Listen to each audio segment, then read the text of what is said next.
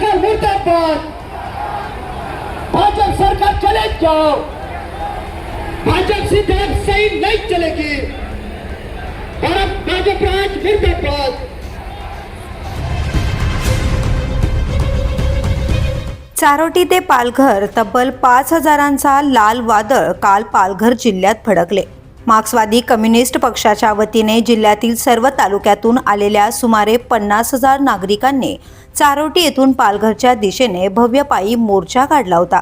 जनतेच्या ज्वलंत मागण्यांकडे सरकारचे लक्ष वेधण्यासाठी काढण्यात आलेला हा ऐतिहासिक मोर्चा काल रात्री मनोर येथे मुक्कामी थांबला।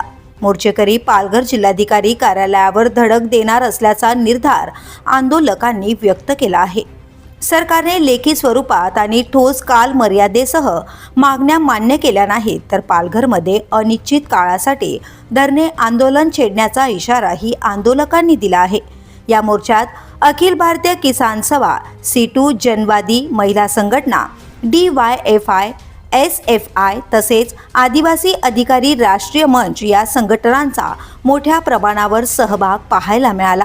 मोर्चाचे नेतृत्व माकपचे पॉलिट ब्युरो सदस्य डॉक्टर अशोक ढवळे, मरियम ढवळे, राज्य सचिव डॉक्टर अजित नवले, माजी खासदार विनोद निकोले, किरण गहला यांच्यासह अनेक प्रमुख नेत्यांनी केले आहे।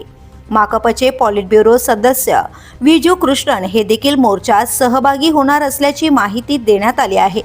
वनाधिकार कायद्याची कठोर अंमलबजावणी, जमिनी कसणाऱ्यांना मालकी हक्क, मनरेगा योजना पूर्ववत सुरू करणे, स्मार्ट मीटर योजना रद्द करणे, पेसा कायद्याची प्रभावी अंमलबजावणी, 4 श्रम संहिता रद्द करणे, जनविरोधी बंदर प्रकल्प रद्द करणे तसेच पिण्याचे पाणी, सिंचन, शिक्षण, रोजगार, रेशन आणि आरोग्य सुविधांमध्ये वाढ या प्रमुख मागण्यांसाठी हा संघर्ष उभारण्यात आला आहे।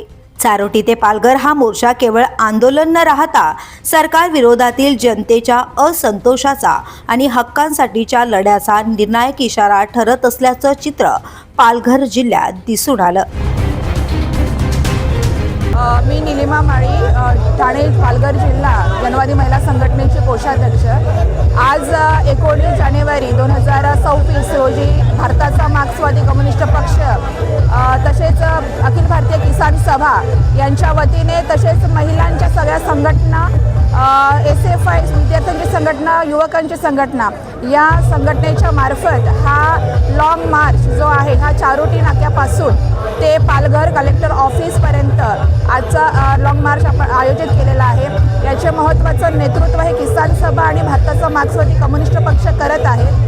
आमदार विनोद निकोले हे या नेतृत्वाचे प्रमुख आहेत। हा जो मार्च आम्ही काढतोय तो खरं म्हणजे पालघर जिल्हा जो आहे आज सरकारने घोषित केलेला आहे की पालघर जिल्ह्यामध्ये अनेक विकासाची कामं, विकासाच्या कामाच्या नावाने अनेक प्रकल्प त्यांनी नियोजित केलेले आहेत आणि याच्यामध्ये अनेक आमच्या आदिवासींच्या जमिनी आहेत, ह्या बळीकृत करण्याचा प्रयत्न त्यांचा चालू आहे। खरं म्हणजे विकास म्हणायचा तर विकास म्हणजे आपल्याला आरोग्याचा विकास केला पाहिजे।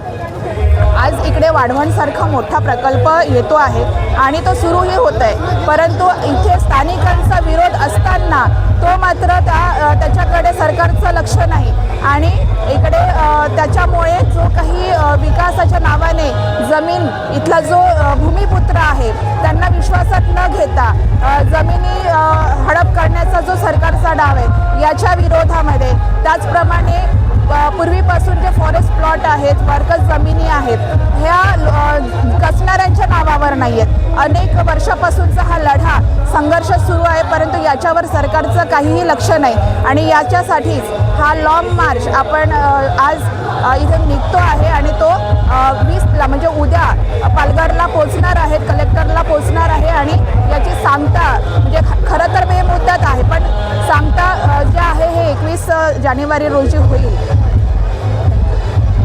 काही दिवसापूर्वीच आमची ठाणे पालघर जिल्ह्याची कमिटीची बैठक झाली, जिल्हा कमिटीची।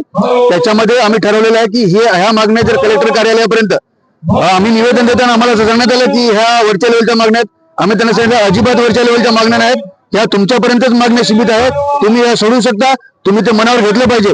अन्यथा समजा शिष्टमंडळामध्ये चर्चा करत असताना मागण्या ठीक आहे, 12 मागण्या आहेत. एखादी मागणी आम्ही इकडे तिकडे समजू शकतो, पण बऱ्याचशा मागण्या आहेत त्या इथे कलेक्टर कार्यालयात मध्ये सुटण्यासारख्या आहेत. त्या जर त्यांनी सोडवल्या नाही तर आम्ही तिथल्या तिथे आमच्या कमिटीची बैठक घेऊन पुढील दिशा आम्ही तिथे ठरवूया. The police news, Ashraf Khan, Talasari.